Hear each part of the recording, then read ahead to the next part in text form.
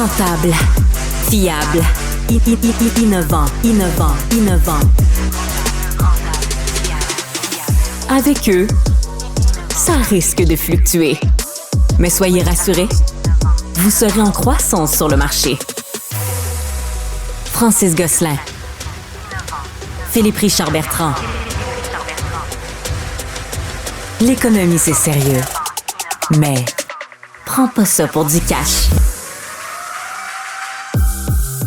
Bonjour et bienvenue à ce nouvel épisode de Prends pas ça pour du cash. Philippe Richard Bertrand. C'était une semaine haute en actualité économique. C'est malade mental. On a peu de temps, fait que allons-y. Phil, j'ai appelé ça la maladie mentale de Justin Trudeau. Est-ce que tu vas recevoir un chèque de 250 $? Ben non, il a été annulé entre...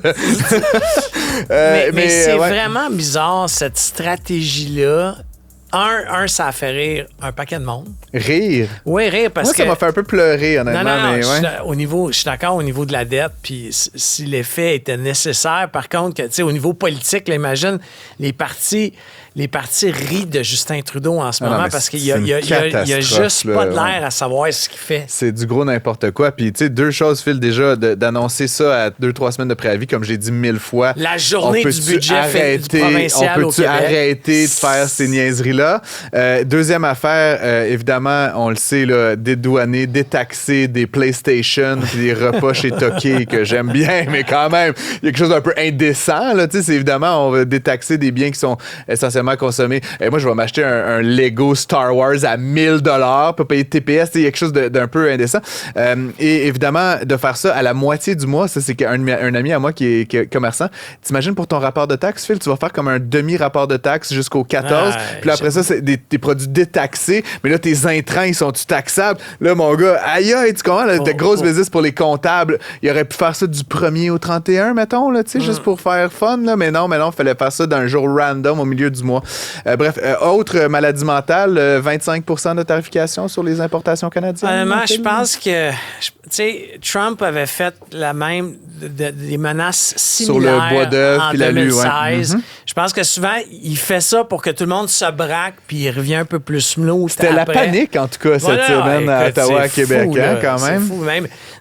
Les gens qu'on reçoit souvent de la Fédération des chambres de commerce, la nouvelle CEO est obligée de sortir dans les médias, etc. Calmez-vous. Mais je pense que ça va se résorber. Laissons-la arriver à Maison-Blanche. Là. C'est dans 2 mois. Il va se passer plein de choses d'ici là si le rythme déjà se que maintient. sa femme ne le suivra pas à la Maison-Blanche. Des anciens hauts dirigeants de la Caisse de dépôt et placement du Québec en Inde, pas chic, auraient été impliqués dans un stratagème visant à verser 250 millions de dollars à des fonctionnaires indiens pour obtenir des accords de faveur. Ouais. C'est pas en fait, c'est 250 millions qui auraient été versés, mais la filiale de la Caisse là-bas avait comme dans le 250 millions une partie beaucoup plus petite à verser. Même ça fait, via le groupe Adani, qui est un milliardaire indien qui a une époque été... Ça fait catastrophe. Ça fait un peu catastrophe. Ces gens-là ont tous et toutes été remerciés. Mais là, ce qui est plus grave encore, on a mis 600 millions de dollars dans une entreprise indienne qui s'appelle toujours Azure. Là, j'en ai beaucoup parlé avec Mario Dumont. Cette entreprise-là, évidemment, 95% existe de sa toujours. valeur. Et c'est donc c'est pour favoriser ce placement-là. Le président du conseil d'administration qui avait été nommé pour mettre du ménage quand il y a eu des allégations de corruption en 2022 serait lui aussi impliqué dans le stratagème de versement de pots de vin. Bref, une drôle d'histoire. Mais là, Phil, des réflexes. Monsieur Adani, donc milliardaire là, devant l'éternel, il y a plusieurs projets au Kenya, au Sri Lanka maintenant qui sont remis en question de son empire. Il a perdu lui-même 15 milliards de dollars de sa valeur nette dans la dernière semaine à cause de ces histoires-là. Tout ça à partir de tentatives de pots de vin de la CDPQ. Puis drôlement, Phil, fun fact, tu sais qu'ils ont fait un PowerPoint pour expliquer le stratagème. Et donc, tu sais, dans les documents, tu sais, si vous êtes pour faire des choses illégales, de grâce, ne faites pas de PowerPoint. Signez 3 copies. Faites pas de PowerPoint. Mise à jour économique d'Éric Girard de la CAQ. Ouais. La CAQ, bon, tu sais, on se en rappelle... mode un peu damage control, le c'était déficit... le parti des comptables et des entrepreneurs. Ouais, mais le déficit reste... Ce qui aurait été grave, c'est que le déficit s'aggrave. Le 11 milliards, on l'a ressassé. Il reste à 11 milliards par des dépenses, des revenus là, qui ont un peu changé. Mais bref, le chiffre lui-même reste inchangé. Il n'y a pas grand-chose. On économise là, dans les 1 000 $ dans les personnes de 60 à 65 ans. C'est un peu fâchant. Mais sinon, c'est une mise à jour qui n'était pas vraiment une mise à jour. Il n'y a pas grand-chose qui a varié depuis le budget. Ben, par contre, on évite le mot austérité budgétaire encore. Évidemment. Mais tu comprends que les écoles n'ont plus le droit d'acheter de papier de toilette. Le New York Stock Exchange veut délister Lion Électrique, là, des titres là, dérivés là, qui étaient. Je ne sais pas si tu as vu l'ensemble du bon travail qui a été fait par le Journal de Montréal depuis 2 semaines. Là, article après article. Bien sûr. Ils sortent les PowerPoint qu'ils faisaient au moment du listing en 2021. On s'en va public. Disons, on a vendu 50 autobus au CN. Gros communiqué de presse, le ribbon rouge. Ils en ont vendu 200, puis 800. Ils en ont livré 4. Ouais. Puis là, écoute, ils ont un carnet de commandes de 500 millions de $. Donc, si tu veux mon avis, quelqu'un va ramasser ça pour une poignée de change, puis utiliser ce carnet de commandes-là. Ils ont quand même une technologie. Ils sont pas capables de l'opérer de manière profitable, mais il y a quelque chose. Au moment d'enregistrer l'épisode aujourd'hui, l'entreprise a jusqu'au samedi qui s'en vient pour négocier certains de ses dettes. Alors, l'entreprise va se mettre sur la protection de la faillite. C'est ça. Et dernière chose, Stephen Harper, ancien premier ministre du Canada, est mis à la tête de la CDPQ albertaine, là, AIMCO. Ils ont, le gouvernement albertain, licencié tout le conseil d'administration et le PDG la même journée par décret. Ma future province. Ta future province, oui, on en reparlera. Mais c'est quand même étonnant qu'ils aient mis M. Harper donc, à la tête de cette patente-là. C'est un peu un drôle de pari, je trouve, parce que, mettons qu'il fait pas une bonne job, tu vas-tu dire à Stephen Harper, qui est vénéré en Alberta, get out, tu fais pas la job. C'est un peu damn if you do, damn if you don't. Il était très proche des compagnies pétrolières, on s'en rappelle. Moi, je pense que il va falloir voir si c'est un bon gestionnaire. Ben, c'est ça la question que je me pose. Tu nommes une genre de personne vénérée à la tête d'une patente qui va pas super bien. Qu'est-ce qui arrive s'il fait pas un bon travail? Ça risque d'être bizarre, mais encore une fois, imagine, là, toi, tu sollicites un investissement, puis la personne qui débarque à ton closing. C'est Stephen Harper. C'est pas mauvais quand même. J'adore ça. Vous êtes à l'écoute de Prends pas ça pour du cash. Aujourd'hui, on a 4 invités à l'émission. Gaëtan Leclerc va nous parler de Ré en cascade. On a Chantal Lamoureux de l'Institut de planification financière pour la semaine de la planification financière. La jeune Livia Carpentier-Gravel, 17 ans et entrepreneur. Et Ludovic Soussis qui est de MILA, en fait, l'Institut d'intelligence artificielle à Montréal. Merci d'être là. Envoyez-nous vos questions et à tout de suite.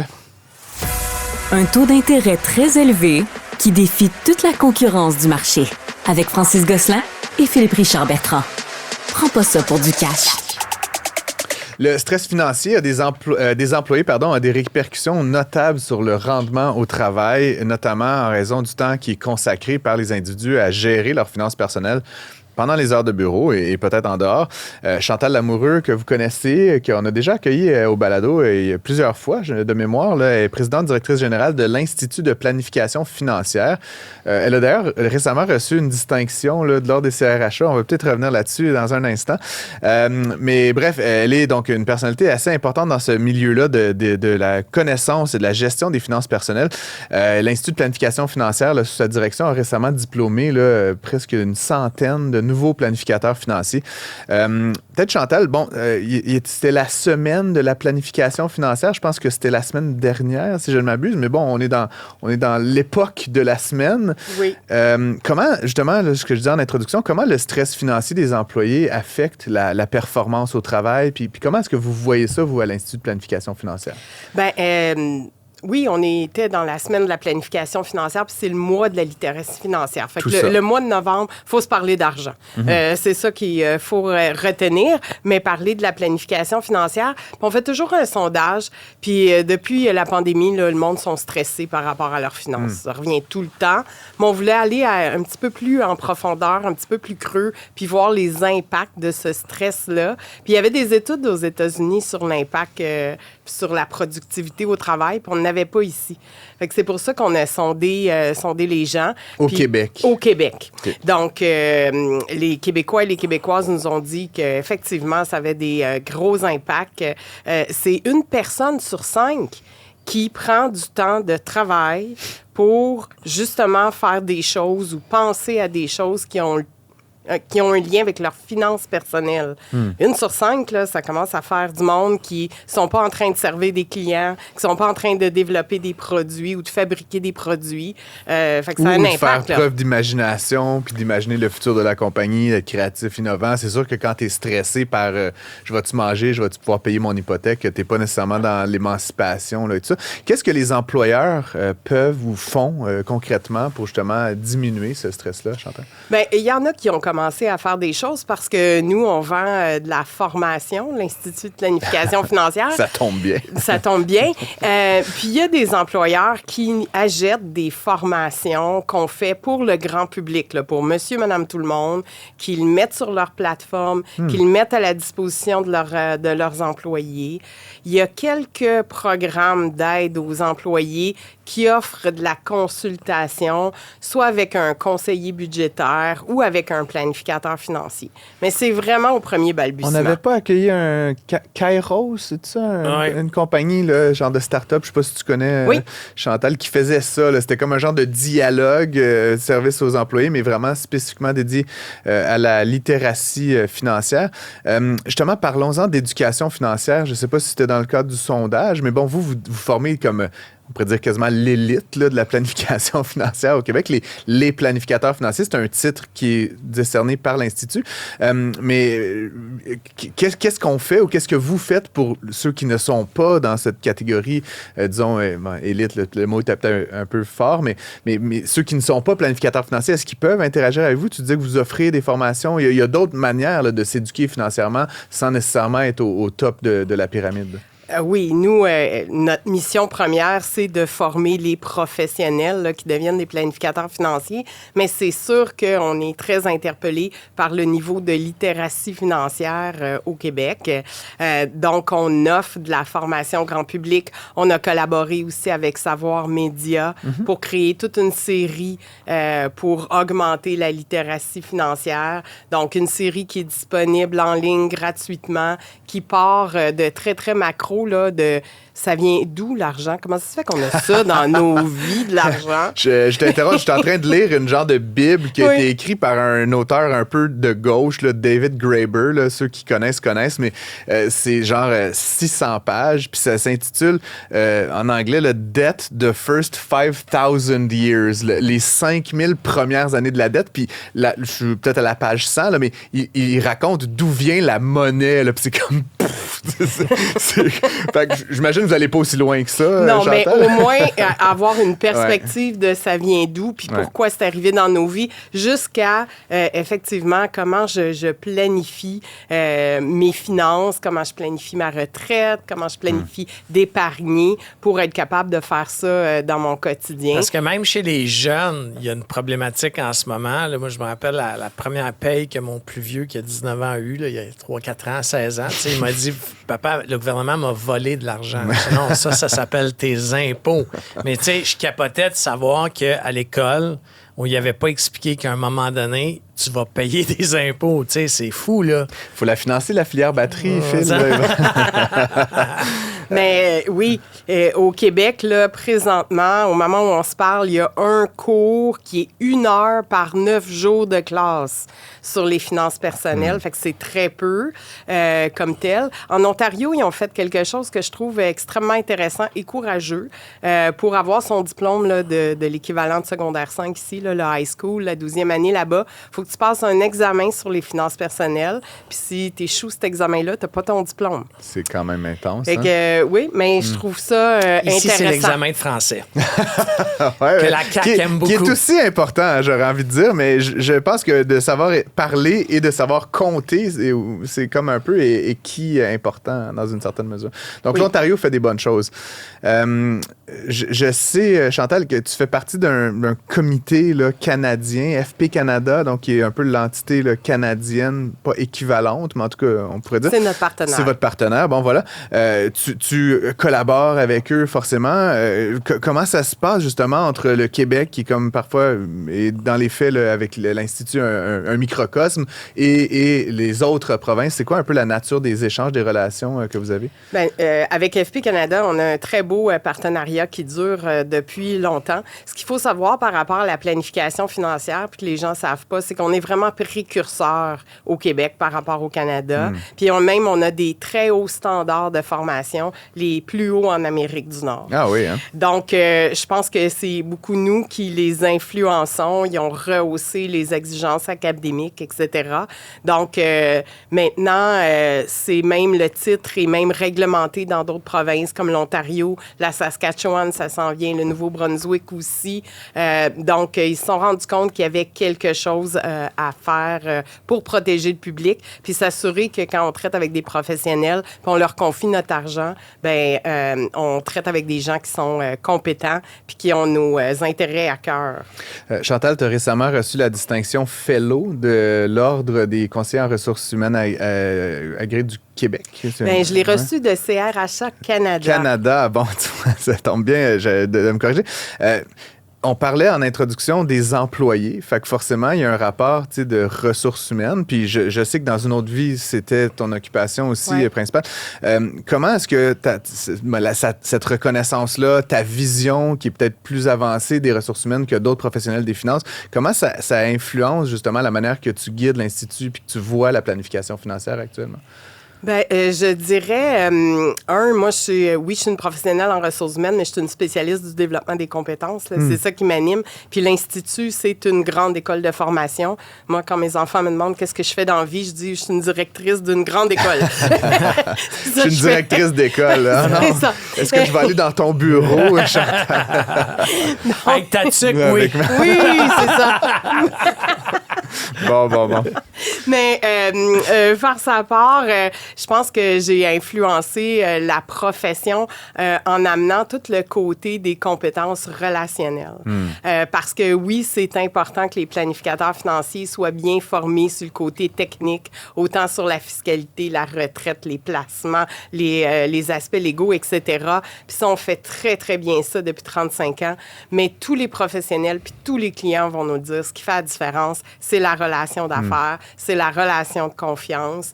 C'est de faire en sorte que les clients comprennent bien qu'est-ce qui se passe, quelles solutions on leur propose, puis qu'ils s'engagent là-dedans aussi. Là. Quand je pense planificateur financier, spontanément dans ma tête, il y a un vieux monsieur dans un cabinet avec des bureaux en acajou. C'est très faux probablement, mais il y a quand même certainement un enjeu, comme dans toutes les industries, tous les secteurs de départ à la retraite, là, de démographie. Je sais pas, tu dois avoir les chiffres. C'est quoi les défis? Là? Vous venez d'en graduer à peu près une centaine, mais c'est quoi les défis que tu anticipes par rapport à ça dans les prochaines années? Bien, le défi, c'est que près de 40% des planificateurs financiers au Québec ont plus de 50 ans. Puis c'est des planificateurs financiers, ils doivent avoir bien planifié leur retraite, fait qu'ils vont la reprendre. J'espère qu'ils sont tout le temps en santé, puis ils aiment bien ça, puis ils vont continuer longtemps. Mais faire sa part, on a un défi de relève. On travaille très fort avec les universités, mais aussi les professionnels qui travaillent dans le milieu financier, qui ne sont pas encore planificateurs financiers. Je pense qu'ils gagnent à connaître ça puis à voir comment de développer leurs compétences. Ça va pouvoir les aider puis aider leurs clients à aller plus loin. La planification financière, malheureusement, les gens ne sont pas au courant. Dans le sondage là, qu'on a fait, qu'on a sorti la semaine passée, c'est la moitié des Québécois, des Québécoises qui ont un plan. Puis la moitié de ces personnes-là qui ont un plan l'ont fait avec un planificateur financier. Fait que 25%. Fait qu'à peu près 25%, alors qu'on sait très bien, puis on a fait d'autres recherches avec l'Institut pour la résilience financière du Canada, que quand on planifie, puis on planifie avec un planificateur financier, on accroît sa résilience financière. Puis la résilience financière, là, c'est d'être capable de faire face aux coups durs du destin peu importe ce qui arrive, puis qu'on n'a pas le contrôle, là, la maladie, par exemple, on n'a pas le contrôle là-dessus, l'inflation, les taux d'intérêt, là, c'est pas nous autres qui contrôlent ça. Alors... avoir des enfants. Avoir des enfants, ben là, ça dépend. Des fois, on a le contrôle. Mais... on se le souhaite. On se le souhaite. Mais tout ça pour dire qu'effectivement, ça a un impact. Donc, il faudrait faire en sorte qu'il y ait plus de gens qui aient accès. Pour qu'il y ait plus de gens qui aient accès, il faut qu'il y ait plus de planificateurs financiers puis de planificatrices financières. Il faut qu'il y ait des jeunes qui s'intéressent à ça, qui trouvent que c'est un beau défi intellectuel puis que c'est un beau défi humain. Assurément. Chantal Lamoureux, PDG de l'Institut de planification financière. Merci d'avoir été avec nous à l'émission. Pour en savoir plus, institutpf.org. C'est un bon point de départ. On peut trouver une planificatrice, un planificateur. On peut éventuellement s'inscrire. Faire de la formation. Faire de la formation. Donc, merci d'avoir été avec nous. Ben merci. Ça m'a fait plaisir. À bientôt. Francis Gosselin, Philippe Richard Bertrand. Le seul duo qui vous redonne vraiment la monnaie de votre pièce. Je ne sais pas si vous avez entendu parler de cette nouvelle affaire-là. Ça s'appelle l'intelligence artificielle. Hein? Blague à part, c'est sur toutes les lèvres, dans toutes les tribunes, en page couverture de plusieurs magazines. Et puis ça tombe bien, Montréal est une plaque tournante, ou en fait, j'aurais envie de dire un lieu important, du moins sur la planète IA.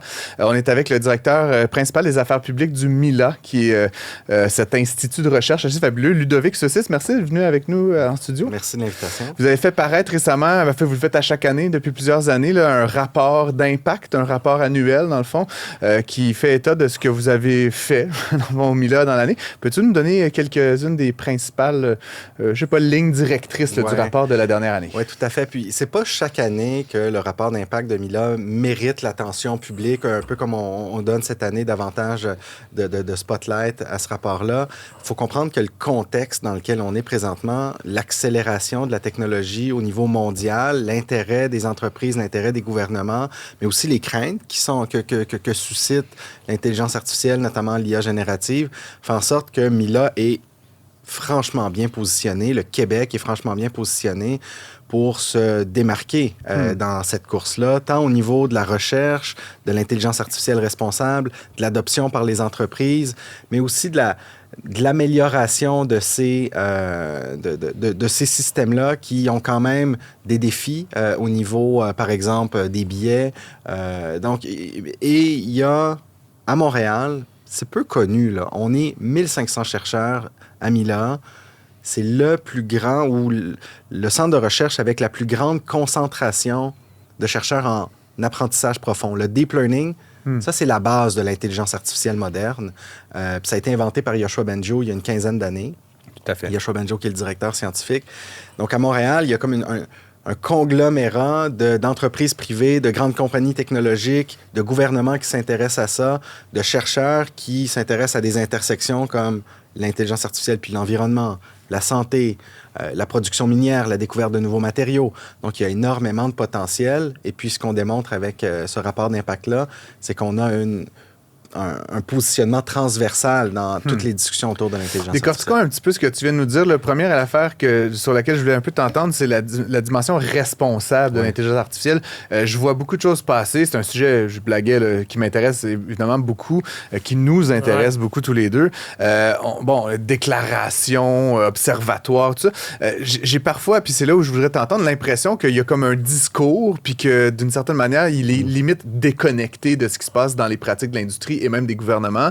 Il y a comme du wishful thinking, pour dire en bon français, ça doit être beau, puis gentil, puis respectueux, puis pas de billets, mais quand dans les faits, ils ont un rouleau compresseur commercial à distribuer. J'aimerais un peu t'entendre là-dessus, sur cette opposition, peut-être que, je sais pas si je l'imagine, mais est-ce que tu l'observes aussi, puis qu'est-ce qu'on fait avec ça? Oui, c'est certain que de notre point de vue, on peut pas commenter là, ce qui se fait à l'intérieur des laboratoires des grandes compagnies technologiques. Ce qu'on sent, c'est qu'il y a un souci réel de la part des développeurs de comprendre comment la technologie qui est développée, comment elle a des biais, comment elle a des angles morts, et de travailler à les corriger, ces biais et ces angles morts-là. Il y a toute la question. Puis l'intelligence artificielle responsable, c'est pas seulement pas seulement un stamp, là, c'est pas seulement une étampe qu'on peut y mettre. C'est le design qu'on fait d'un produit à partir du jour 1. Donc, est-ce qu'on intègre, par exemple, si on veut faire un produit d'intelligence artificielle pour certaines communautés, est-ce qu'on les intègre dans le déploiement puis dans le développement du produit dès le début?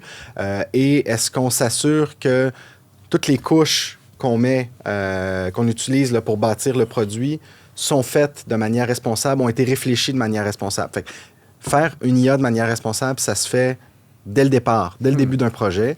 Ensuite, est-ce que c'est juste du discours? Il y a beaucoup de discours, mais ça prend du discours pour faire bouger les choses en premier. Donc, il faut mettre un discours à l'agenda. Ensuite, ce qu'on a vu, c'est que la question de la sécurité puis de la confiance sont au cœur un peu de nos préoccupations de citoyens, puis de citoyens corporatifs, puis de gouvernement. Puis là, il y a des pas qui se font dans la bonne direction de la part des gouvernements. Je pense au gouvernement fédéral qui a annoncé l'Institut canadien de sécurité de l'intelligence artificielle il y a 2 semaines, AMILA, qui est un grand projet de collaboration entre les plus grands instituts de recherche ici et entre les plus grands instituts de recherche en sécurité ailleurs sur la planète. Donc, ça prend de la... Est-ce que les entreprises privées mettent autant d'argent dans l'IA responsable et dans la sécurité de l'IA qu'ils mettent dans le développement de leurs nouveaux produits? La réponse, c'est non. C'est non. Mais est-ce qu'il y a davantage... Au moins, c'est ça. Au moins, tu... Mais, tu sais, il y a 2 mois, moi, j'étais à l'ONU avec votre CEO, la présidente du MILA. C'était le sommet mondial de l'éducation par l'ONU. Puis, tu sais, l'ONU a commencé la conférence en disant, by the way, il y a 1 milliard de personnes à requalifier d'ici 2030. Puis là, tu sais, on a comme fait, oh shit. T'sais. Puis là... Tu comprends? Pourquoi? Ben parce que l'intelligence artificielle va remplacer des jobs, l'automatisation en usine, les robots, etc. Là, puis là, je parle pas des humanoïdes, là, mais ça va devenir une opportunité, mais planétaire. En effet. Et contrairement à ce qu'on a vu avec d'autres technologies, c'est davantage les pays industrialisés qui vont être plus touchés par le choc dans le monde du travail à court terme.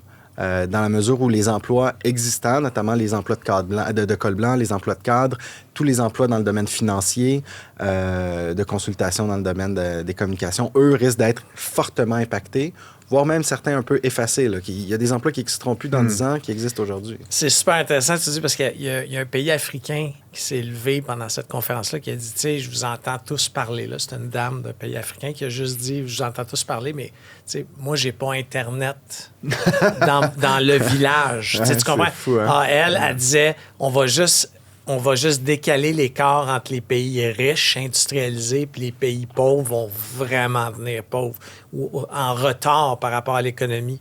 Mais ça, je pense que des instituts comme MILA vont regarder ça, là, ces écarts qui se créent aussi. Oui. C'est ça qui est intéressant. Puis, une chose qu'on dévoile dans le rapport, c'est que MILA, c'est une des organisations qui a le plus d'influence au niveau planétaire aussi. On travaille avec des organisations comme les Nations unies, comme l'OCDE, comme l'UNESCO, pour établir des cadres de discussion mondiale, puis pour que tout le monde parle des bonnes affaires et des mêmes affaires.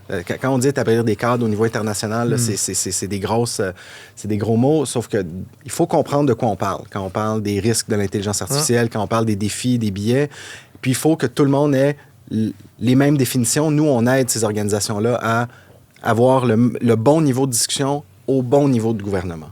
Il y a beaucoup de ces grandes révolutions, puis l'IA prétend en être une, puis j'y crois aussi, mais qui sont passées économiquement par un cycle de surenchère, surenthousiasme. Évidemment, les dot-com viennent à l'esprit rapidement. La filière batterie. Reste dans ton coin.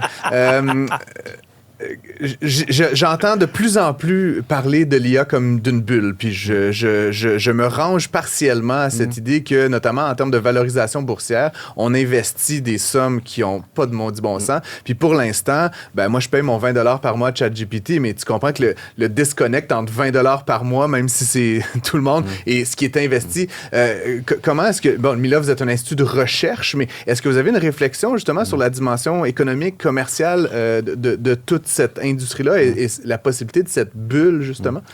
Bien, il y a 2 volets. Est-ce qu'il y a une bulle à la bourse ou dans les différentes bourses mondiales par rapport à la valorisation d'une quinzaine d'entreprises sur la planète? Oui.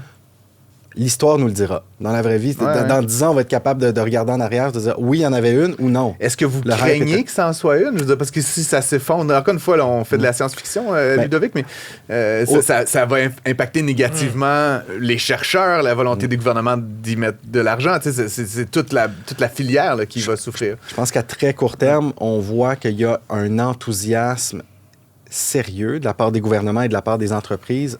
Pour continuer d'accélérer les progrès en intelligence artificielle, mais aussi comprendre comment on les intègre bien dans la société, comment la société s'ajuste. Comment on fait des sous, ultimement, avec ça? Parce que c'est juste d'investir, mais à un moment donné, ROI, là, ça, c'est tout à fait vrai. Mais dans la recherche, c'est une game un peu différente. Je comprends que vous êtes à l'écart, mais tu t'imagines que si tout ça, si Nvidia perd 50% de sa valorisation, je devine que ça va refléter négativement sur le Mila. Là, mais est-ce que l'IA est une bulle? La réponse, c'est non, parce que l'IA est une technologie immensément transformatrice pour la société puis l'économie.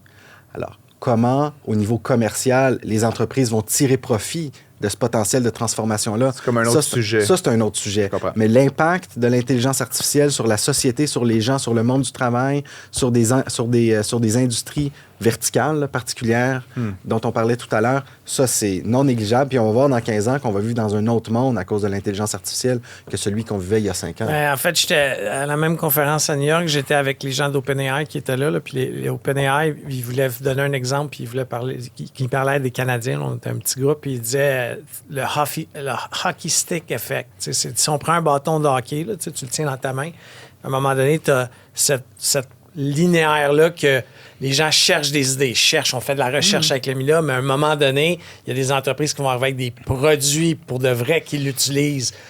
Un peu comme ChatGPT, mais répandu. Puis là, tu as le réel stick du hockey qui fait ça. Ouais. Puis on est encore dans la courbe linéaire où on essaie Sauf dans les valorisations boursières. Puis c'est là où, encore une fois, je vais ça une déconnexion entre l'usage puis le modèle d'affaires. Puis bref.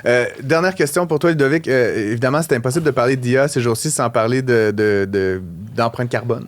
Je me fais souvent dire, là, j'en parle d'IA. Moi, je suis un grand utilisateur, je suis un partisan. Je pense qu'il y a un bel avenir à ça, mais c'est vrai qu'entre une recherche Google puis la même requête, d'une certaine manière, à un des services d'intelligence artificielle, on dit que c'est comme 10 fois plus de... Au moins, tout dépendamment du modèle qu'on utilise. Est-ce que tu disais qu'il y avait des chercheurs qui se penchaient sur la dimension environnementale de l'IA? Où est-ce qu'on en est par rapport à ça actuellement? C'est ça. Il y a beaucoup de volets. L'IA peut être au service de l'environnement. L'IA peut servir à accélérer de la recherche ou accélérer des projets pour, par exemple, découvrir des nouveaux matériaux, pour la filière batterie en particulier, pour la rendre plus efficiente. C'est un défi mondial parce que là, il y a un vrai hype au niveau global autour de l'achat de chips, l'achat de micropuces qui sont ce qu'on appelle des GPU. Ça, c'est la base du développement d'algorithmes de très, très haute puissance. Qu'est-ce que ça fait? Ça consomme immensément plus que n'importe quoi que vous avez dans votre maison. On pense que la consommation énergétique pourrait presque doubler d'ici 15 ans en raison de l'IA au niveau mondial. C'est énorme. Est-ce que collectivement... Il y a la batterie. est-ce que collectivement, on a les infrastructures pour ça? Est-ce qu'on est organisé pour ça? Aujourd'hui, non. C'est assez évident. Ouais. Puis, mais là, c'est la raison pour laquelle il y a des entreprises comme Google, comme OpenAI, comme Amazon, qui se tournent eux-mêmes vers la production d'électricité puis qui décident d'acheter des mini-centrales nucléaires pour produire leur propre électricité. Ça amène des questionnements fondamentaux sur l'utilisation de l'électricité. Au Québec, c'est l'hydroélectricité. Sur la priorisation des projets. C'est probablement un des défis de notre époque. Fait qu'on n'a pas de réponse maintenant, mais il faut le dire, c'est un des défis de notre époque parce que autant c'est excitant ce qui se passe en matière d'intelligence artificielle, autant il y a des zones d'ombre. Puis là, il faut l'adresser au niveau de la gouvernance. Puis autant au niveau environnemental, ça s'inscrit dans un plus large contexte où il faut qu'on soit un peu plus sobre collectivement. Certainement. Ludovic Sucis, je rappelle que tu es directeur principal aux affaires publiques du Mila. On peut voir le site mila.québec. À l'onglet « À propos », il y a tous les rapports d'impact depuis 2018. Merci d'avoir été avec nous en studio. Merci de l'invitation. C'est intéressant. Au revoir. Pour obtenir une réponse à vos questions, écrivez à Francis et Philippe à l'adresse studio@cube.radio. On apprenait dans le Journal de Montréal qu'il y a une jeune femme de 17 ans qui avait décidé de se partir sa première entreprise. J'ai trouvé ça hyper intéressant. Donc, on l'a invitée puis on l'a avec nous. Elle s'appelle Livia Carpentier-Gravel. Salut, Livia. Bonjour. Merci d'avoir accepté l'invitation. Ça me fait plaisir. Tantôt, dans le corridor, tu me disais que l'article avait fait jaser. Oui. Je veux savoir pourquoi, ça m'intéresse ça. Qu'est-ce qui a fait jaser les gens? En fait, j'avais fait l'interview, c'était une journaliste de Montréal, dans le fond, qui m'avait approchée. Puis j'ai fait l'entrevue, puis je pense que j'ai fait un bon 30 minutes de parler, ça s'est super bien passé. Puis mettons que peut-être le montage, il n'a pas été fait de la... pas de la bonne façon, mais c'est ça, il a été fait en sorte que c'est pas exactement ça. Fait que tout ça pour dire que la vidéo, elle s'est comme ramassée sur un compte de republication des choses puis tout, puis beaucoup de commentaires, beaucoup de vues, puis... Bon, ben ça, c'est des choses qui arrivent. Tu sais, parlez-en bien ou parlez-en mal, il faut en parler. Exactement. Mais parle-nous un peu de ton histoire. Qu'est-ce qui a fait que tu as décidé de partir de ton entreprise à 17 ans? En fait, moi, c'est sûr que j'ai tout le temps un peu été dans une famille d'entrepreneurs. Mon père, il a fait ça toute sa vie. Ma mère, pareil, ils ont tout le temps travaillé ensemble. Fait que, tu sais, on a tout le temps eu la petite vie chargée. Fait que... Puis moi, c'est vraiment comme... J'avais 16 ans. Comme en ce moment, j'ai 17. Fait que l'année passée, dans le fond, que j'ai décidé comme... OK, je veux me lancer en entreprise, tu sais. Puis au début, je pense que je m'enlignais vers une entreprise de bijoux. Mais j'ai tout le temps voulu travailler avec les animaux. Fait que tant qu'à faire, j'ai fait, OK, je me lance direct dans une entreprise d'animaux.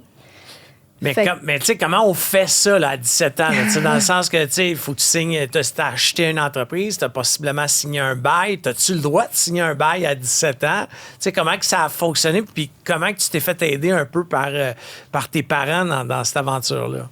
En fait, ce qui s'est passé, c'est que moi, pendant que j'étais en secondaire 5, j'ai comme fait plein de recherches. Puis, tu sais, dans le fond, mon père commençait une formation justement pour les entrepreneurs. Fait que je la suivais en même temps. Puis c'est ça, tu sais, il me disait quoi faire un petit peu. Tu sais, il me disait écrire à des fournisseurs, tout ça. Fait que pendant un an, je faisais ça toute seule dans mon coin sans trop avancer puis mener à rien parce que, tu sais, c'est sûr que je priorisais l'école quand même. Puis c'est après que j'ai comme voulu faire un cours en toilettage. Puis mon père s'est donné qu'à ce moment-là, il regardait, puis il y avait un toilettage à vendre que ça faisait 20 ans qu'il roulait.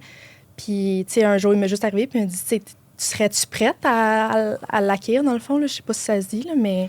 Fait que, tu sais, c'est sûr, c'était de réfléchir beaucoup. Tu sais, je prends pas ça de même puis me dire que ça va être rien, là. Fait que, finalement, c'est ça. On a comme acquis en juin un salon de toilettage. Puis là, je pense que ça, c'était vraiment comme l'étape numéro 1 pour voir où qu'on s'en allait comme avec ce projet-là.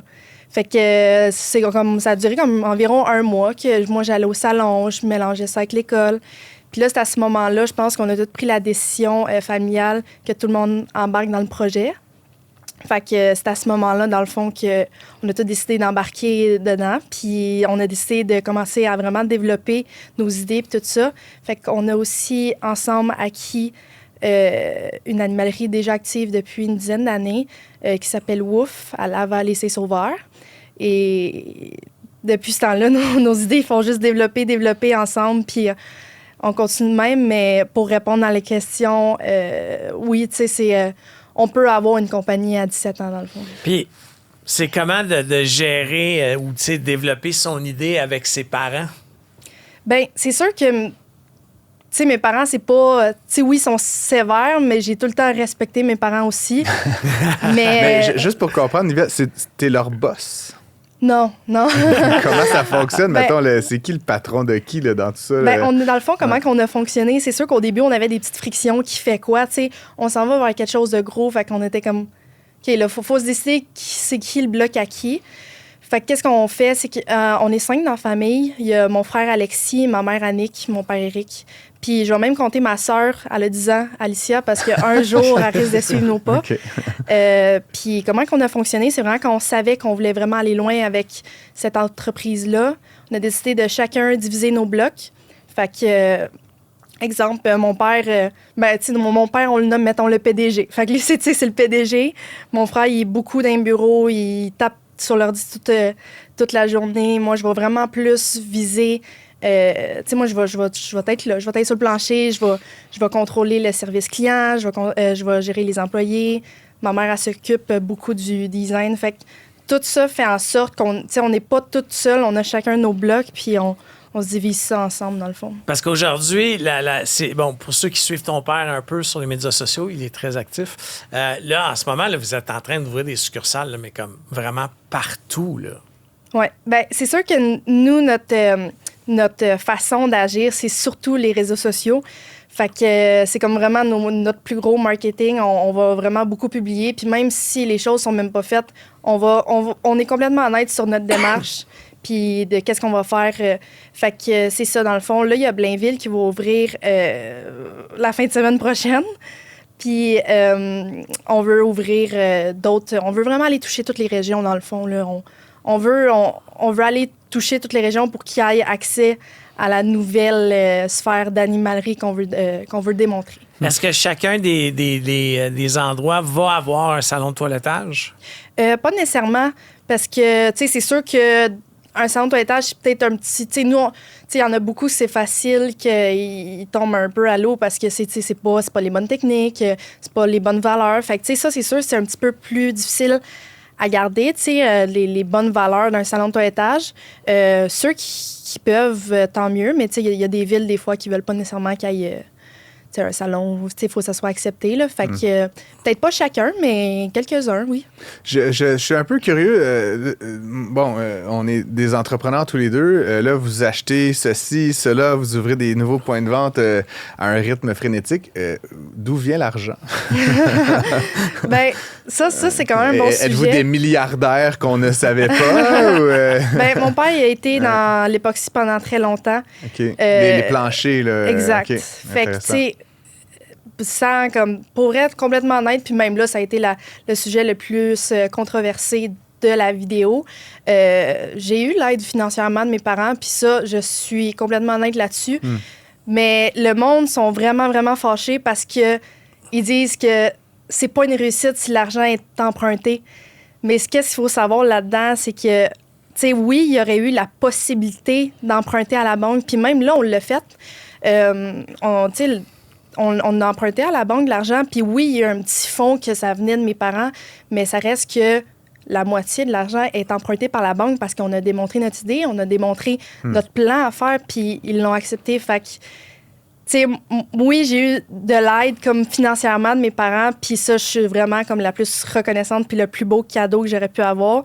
Mais mettons que, tu sais, je prends pas ça tout cru, je prends ça au sérieux, puis l'important, c'est vraiment où qu'on mène ça, passer du point A au point B. Puis dans la perspective de, comme ça a été dit dans l'article, puis tu l'as répété tantôt, d'ouvrir 100 points de vente, là, j'imagine, à un moment donné, il va falloir que vous ayez des partenaires financiers. Là. Je veux dire, ça va requérir des millions et des millions de dollars. Là. Est-ce que vous avez déjà une trajectoire? Est-ce qu'il y a des gens fortunés autour de vous qui souhaitent vous soutenir? Ou vous allez passer juste par des prêts à la banque? C'est quoi la stratégie là, pour l'instant? Bien, s'il n'y a pas personne qui va nous... Ben, tu sais, justement, on va continuer avec les prêts à la banque. Puis présentement, c'est vraiment comme ça qu'on fonctionne. Là. On présente notre projet à la banque. Puis comme je dis, il y a comme un petit fonds familial exact là-dedans. Puis, mais non, on va continuer à faire. Puis tu sais, on veut aussi aller... on veut autant avoir corporatif que franchise. Là. Donc, c'est ça. Mais non, on va pas le chercher ailleurs à part la banque. En tout cas, on est super content de t'avoir reçu. Écoute, c'est beau de voir... moi, j'aime ça voir des jeunes se lancer dans l'entrepreneuriat. Il y a un défi à ce niveau-là pour le Québec. Il en faut plus des gens comme toi. Alors, félicitations. Puis, encore une fois, regarde pas trop les commentaires sur les médias sociaux. C'est le seul commentaire que je vais te donner. Ça me fait juste pousser à être meilleur jour en jour. Livia Carpentier-Gravel de chez Livora, c'est ça? C'est ça. Merci d'avoir été avec nous en studio. Merci. À vous. Un flux sans interférence. Pour une écoute plus que rentable. Prends pas ça pour du cash. Je l'ai pas mis sur les médias sociaux, Phil, mais j'attends un deuxième enfant. Oh, yes. Je l'ai dit au balado. Et évidemment, qui dit multiples enfants, dit planification financière un petit peu différente peut-être. Puis je suis tombé là-dessus. Gaétan Leclerc, qui est conseiller en placement chez IAGPP et associé chez Gaudreau Leclerc, a développé une méthode, une méthodologie, une technique, en tout cas, il va nous expliquer ça, qui s'appelle REEE en cascade, le REE, comme on dit dans le jargon, en cascade, donc régime enregistré d'épargne-études. Gaétan, bonjour déjà. Bonjour. Merci d'être avec nous en studio. Peux-tu nous expliquer en quoi ça consiste consiste, cette stratégie de rayé en cascade? Comment ça fonctionne? Comment vous êtes arrivé à développer ça exactement? Oui, bien, merci de nous accueillir. Moi, je suis avec mon collègue Benoît Gaudreault. Juste pour peut-être situer un peu les choses, moi, je suis conseiller en placement depuis une trentaine d'années avec le groupe IAGPP, qui est une division de Industrielle Alliance. Et notre travail est comme toutes les banques, ce qu'on appelle souvent courtier, mais en réalité, c'est conseiller en placement. On achète des actions, obligations, fonds communs, planification financière. On fait ça depuis une trentaine d'années. En parallèle à ça, on travaillait tout le temps avec des rayés pour les clients. Moi, je me suis aperçu, il y a une dizaine d'années, là, que c'était complètement aberrant, les quantités de subventions qui étaient perdues, parce que les stratégies étaient drôlement faites.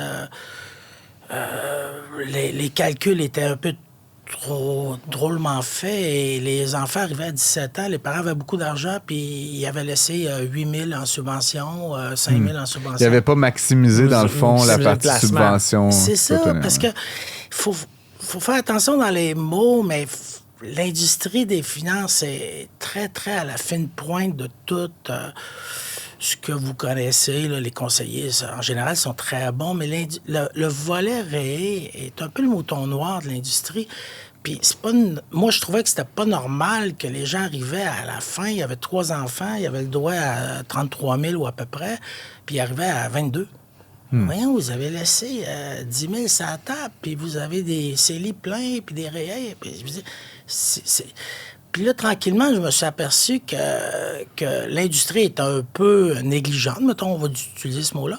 Puis, mais pour moi, qui est relativement bon en finance, je regardais la séquence.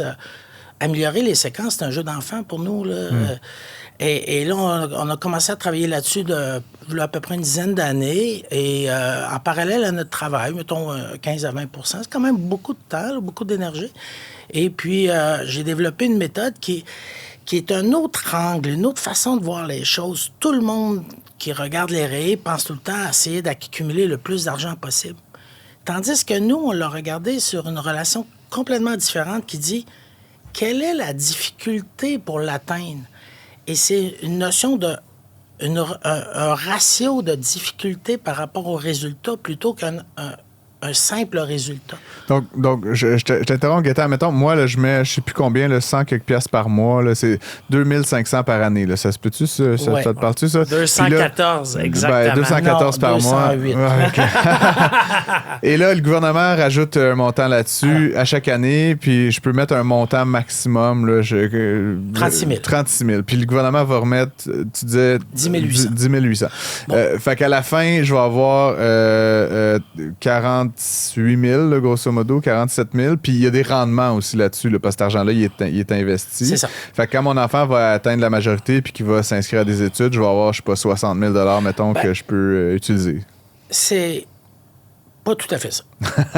Okay. La grosse nuance, c'est que fondamentalement, le 36 000, il est aux parents. OK. Donc, il n'y a aucune obligation de le remettre. C'est normal d'y penser, mais il n'y a pas d'obligation. Légalement, le 36 000 est aux parents. Alors, si vous avez un enfant qui va pas à l'école, puis il veut faire le tour du monde, puis ça fait pas votre affaire... Tu peux récupérer ton 36 000. Si vous avez coché qui est à l'enfant, il prend le 36 000, puis il s'en va. Là. Alors, les rayés sont presque toujours écrits que le 36 000 revient aux parents. Mais il n'y a aucune obligation de donner ce capital-là. Imaginez, il y a du monde qui regarde leur rayé, ils ont 22 000 pour les enfants, puis ils ont 1 200 dans leur compte de banque, puis ils se disent, il y a un déséquilibre, il y a quelque chose qui... Parce que quand on ne prend pas conscience que le 36 000 revient aux parents, ben, les sommes deviennent énormes. Imaginez, vous laissez 36 000 à votre enfant, vous en avez 3 enfants, vous laissez 108 000 après impôt. C'est très, très difficile. Alors, la réalité, c'est que le 36 000 revient systématiquement et à vous de décider quoi faire avec le 36 000. Okay. Alors, nous, le concept est quand même assez simple. On vous dit, mettez pas un sou avant 10 ans de votre enfant. Donc, arrêtez de faire les paiements complètement. Payez votre hypothèque, payez votre voiture, remplissez, améliorez votre bilan financier. Puis à l'âge de 10 ans, accélérez la cadence. Au lieu de mettre 208, qu'on parlait tantôt hors d'onde, mettez donc 416. Et vous allez vous apercevoir qu'au dernier mois du dernier paiement, vous allez arriver exactement à 36 000, mais à la fin du processus d'admission au dollar, ce qui veut dire, si vous allez sur notre site qui est Godreau Leclerc, groupe d'investissement, vous allez vous apercevoir que l'argent est là 29 % moins longtemps. 71 % moins longtemps. C'est que l'argent est pas là longtemps. Et on accumule les subventions avec un effort. C'est ça la notion, c'est l'effort financier qui est 2 tiers de moins. Ça veut dire que passez-moi de l'argent pendant 10 ans, ou passez-moi 10 000 mettons, pendant 10 ans, ou 10 000 pendant 2 ans, vous comprenez que c'est pas la même chose. C'est pas la même chose. C'est le même 10 000, mais c'est 2 ans. Donc, nous, c'est 36 000, mais 3 fois moins longtemps que l'autre 36 000. Mais c'est sûr que quand tu as des enfants, moi, j'en ai 2, là, j'en ai un qui est la majorité, mais moi, j'ai maximisé au maximum les REA de mon plus vieux. Puis bon, à 18 ans, tu ne peux plus cotiser. À 17 ans, oui. À 17 ans, exactement. Dans la première année, mais je continue à cotiser pour mon plus jeune. Mais comme moi, j'ai commencé ça il y a longtemps, j'ai commencé en 2006. J'ai fait de super bons rendements entre 2006 et aujourd'hui. Oui. Là. Mais si l'argent n'avait pas été mis là, il aurait été mis dans le CELI, on aurait eu le même rendement. Donc, dans l'industrie, on appelle ça la perte d'opportunité. Si je ne mets pas l'argent à gauche, je le mets à droite. Donc, cette notion-là, elle n'est pas vraiment vraie. Okay? Ça dépend à quel endroit on la met. La notion que nous disons, c'est que si vous avez un enfant, puis ici, à Cube Radio, les salaires doivent être relativement bons. On pourra peut-être en discuter, mais à la base... Je remettrai ça en cause. Okay. On ne rentrera pas là-dedans. Mais la capacité de mettre 36 000, vous êtes en couple, vous n'êtes pas divorcés, les 2 travaillent, il y a moyen de moyenner. vous avez 2 enfants, 72 000. Vous avez 3 enfants, 108 000. 4 enfants, mais je comprends ce que tu dis, que si ta carte de crédit est complètement loadée, mais que tu continues, puis là, tu payes 22 % sur ta carte, mais tu continues à contribuer sur le REA de ton fils ou de ta fille, je suis d'accord qu'à quelque part, il y a quelque chose qui ne marche pas. C'est ça. Alors, on prend juste pour acquis que l'option de retarder, elle n'est pas mauvaise. Elle est possible parce que l'argent que je ne mets pas là, je le mets ailleurs.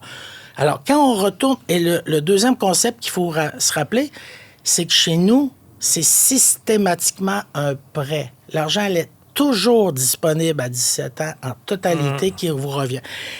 Et si vous comprenez que vous avez plus qu'un enfant, la séquence de dépôt, elle est décalée. Donc, la récupération du 36 000 va couler sur les dépôts des 2e, du 3e et du 4e. C'est la notion de cascade qui fait que au lieu de, comme on dit, fouler chaque enfant, on foule seulement ceux qui sont en haut, puis la cascade va venir remplir ceux qui sont en bas. Et à la fin, l'argent revient intégralement aux individus. Donc, c'est 2 grands concepts. Un concept de report, en gardant en tête que c'est un prêt et non un don. Vous pourriez à la fin le donner si vous voulez, mais fondamentalement, c'est un prêt. Et vu que les enfants sont décalés, le 36 000 qui arrive à 17 ans, parce qu'il arrive à 17 ans et non 18, là, après que le dernier paiement est fait, l'argent est disponible, en gros. Là. Mais cet argent-là arrive en amont de tous les paiements des autres enfants. Alors, elle sert de remplir les cotisations que je n'avais pas fait aux autres parce que les calculs étaient tous faits en conséquence. Et l'argent, elle roule.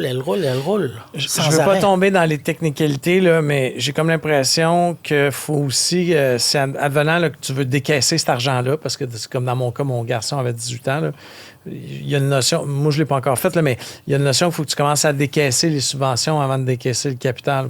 Non. Les subventions sont reliées à l'inscription. C'est un peu complexe, ça, mais sont reliées à l'inscription. C'est 2 choses distinctes. Les contributions sont propriété du payeur. Tout le reste... Ce que tu as mis, c'est intégralement. À toi. Les subventions, puis le rendement... Vos enfants. Vos enfants. Okay. C'est ça. Donc, il faut juste comprendre... C'est ça, mais tu sais, c'est une twist, là, parce que je l'avais fait vérifier, je ne l'ai pas encore fait, mais tu sais, admettons que je veux décaisser la partie de mon garçon, que mon garçon a le droit, là. Il faut vraiment qu'il soit inscrit en enseignement supérieur à temps plein. Donc, nous, on ne remet pas en question la méthode de retrait parce qu'elle est universelle. Il faut être inscrit. On ne remet pas ça en question. Ce qu'on remet en question, c'est l'idée de payer quand les enfants sont nés. On dit, arrêtez ça, réglez votre hypothèque, réglez votre CELI, payez vos dettes. Puis commencez beaucoup plus tard, mais plus rapidement. Beaucoup plus rapidement, ce qui fait que l'argent est là moins longtemps. Et chaque enfant, vous faites ça, mais vous comprenez visuellement que si vous avez 3 enfants, puis c'est pas des triplets, ils sont décalés dans le temps. Alors, l'argent du premier arrive en amont de plusieurs années des paiements puis là, du tu peux dernier. le remettre dans l'autre puis là, dans l'autre Et je rajoute une donnée qui est la bulle familiale, ce qui veut dire que ceux qui ont le plus d'enfants, ben c'est fondamentalement les grands-parents, parce qu'on parle de petits-enfants. Alors, la bulle familiale, c'est que ça prend les frères et sœurs, puis ça défait le lien frères et sœurs, puis ça fait des liens cousins-cousines. Donc, le grand-parent va avoir 8 petits-enfants. Donc, techniquement, 8 enfants. Donc, 7 cascades. Donc, c'est vraiment... Vous voyez, là. C'est ça qui est intéressant. Et ça fait des quantités phénoménales. Et imaginez-vous, au début, on a toutes les entrées. Là, les retraits arrivent en amont de 6 enfants. Le 36 000, il arrive, il faut en mettre 5 000. Ça remplit les cases à chaque année. Puis, à la fin, quand le processus est final, les grands-parents récupèrent les sous, mais intégralement au dollar près. Oui, c'est ça. Si on met 108 200, ils vont récupérer 108 200.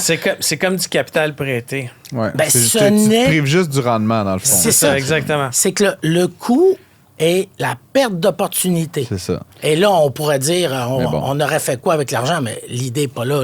Okay. Un Christy de gros mais c'est vraiment intéressant. Mais je voulais vous remercier, M. Gaétan Leclerc. Oui, ça va vite. C'est 12 minutes. Ça va vite. La prochaine fois, on fera toute une heure, Gaétan, là-dessus. Mais allez vous renseigner pour les auditeurs. Gaétan Leclerc qui est chez Goudreau Leclerc. Gaudreau, excuse-moi, Goudreau Leclerc. Allez voir Réa en cascade. Francis a dit que c'était bien expliqué. Je pense qu'on peut, après ça, déclencher ça puis aller vous faire conseiller chez ces gens-là. C'est ça. Si on a des questions, on peut vous appeler, Gaétan. C'est ça, évidemment. Je rajouterais juste une chose. Je pense ici, c'est le Journal de Montréal, mais on a été publié aussi dans la presse le 20 octobre dernier. Bon. Alors... on espère d'être publié au Journal de Montréal un jour, mais ça, c'est une autre histoire. C'est très bien, merci. Merci. Francis Gosselin et Philippe Richard-Bertrand remplissent vos poches sans vous les vider. Merci d'avoir été à l'écoute de Prends pas ça pour du cash. Toujours un plaisir de vous avoir avec nous pour cette heure à chaque semaine.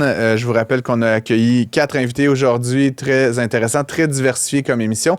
Si vous avez des questions, des commentaires, si vous voulez nous recommander des invités, écrivez-nous studio@cube.radio ou trouvez-moi ou Phil qui a dû s'absenter sur les médias sociaux. On est toujours ravis d'avoir de vos nouvelles. Merci et à la semaine prochaine. Tous les épisodes de Prends pas ça pour du cash sont disponibles en podcast sur l'application et le site cube.ca.